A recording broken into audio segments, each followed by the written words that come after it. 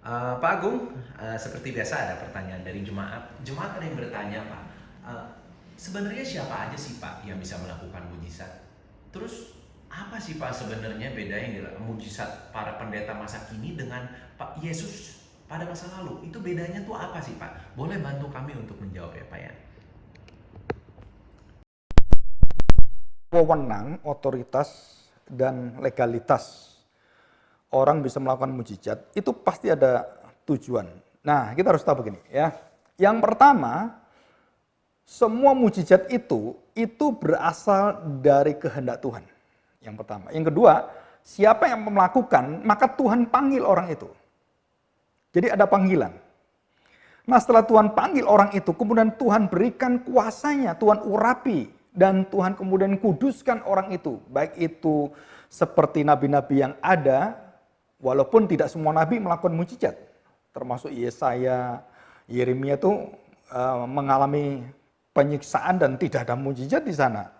Tapi yang lain ada, Elia, Elisa gitu kan. Nah, berarti bagaimana? Semua bergantung pada kehendak Tuhan dan orang itu dipilih Tuhan, dipanggil Tuhan dan dikhususkan, dikuduskan untuk tujuan menyatakan kebenaran, bukan menyatakan mujizat. Menyatakan kebenaran, kalau mereka tidak percaya, maka mujizat itu, tulah dan hukuman Tuhan serta kemuliaan Tuhan dinyatakan di situ.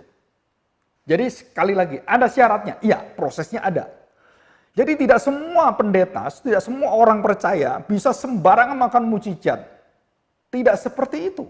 Kenapa? Karena harus ada persyaratan dalam hidup kita dulu. Kalau kamu belum lahir baru, bagaimana kamu bisa memberikan kuasa yang ada dalam hidupmu? Nah, tidak mungkin.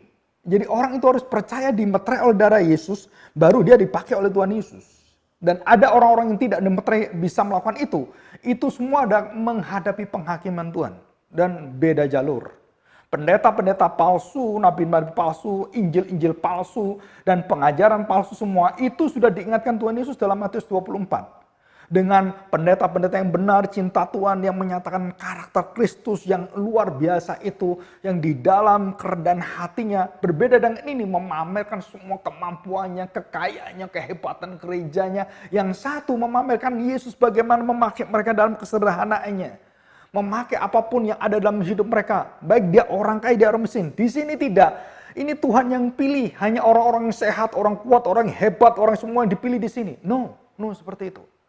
Dan yang luar biasa lagi, Tuhan menyatakan bahwa orang yang bisa melakukan kuasa Tuhan, orang itu selalu bergantung pada Tuhan. Orang itu selalu berdoa pada Tuhan. Elia sebelum melakukan semuanya, dan juga Tuhan Yesus berdoa dulu, meminta, tetap memohon walaupun sudah diurapi. Bukan sembarangan. Jadi di sini kita melihat pada abad yang sangat-sangat sungguh-sungguh abad yang penuh dengan penipuan dan abad yang sungguh-sungguh banyak hal yang kepalsuan-kepalsuan ini. Maka jemaat Tuhan harus belajar firman Tuhan dengan baik.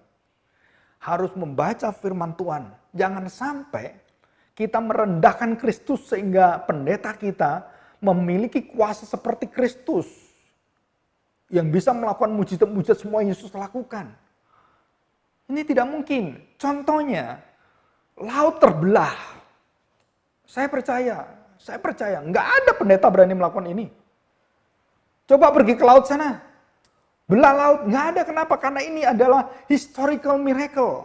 Yang menunjukkan Musa adalah abdi Allah. Musa adalah orang diurapi Allah. Dan selain Musa nggak ada yang lain dan tidak mungkin diulangi. Yesus memerintah laut supaya tenang dalam badai. Itu tidak boleh ada orang yang bisa menirukan ini, saudara.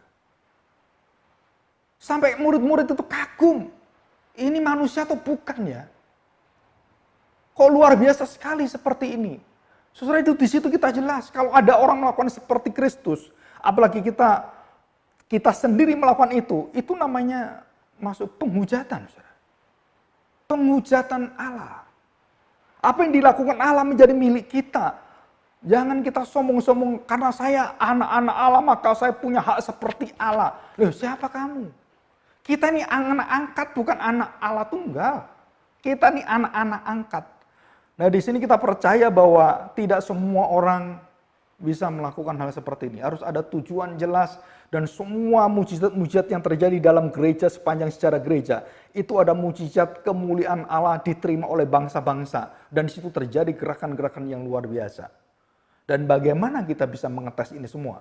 Dan bagaimana kita tahu ini semua? Nah, Bapak Ibu nanti bisa melihat, saudara bisa melihat pada minggu selanjutnya tentang 7 kuasa mujizat Tuhan Yesus yang menunjuk pada dirinya adalah Mesias. Dan tidak boleh ada orang lain bisa melakukan ini. Dan itu jelas dalam kitab Injil Yohanes. Oke ya, terima kasih Pak.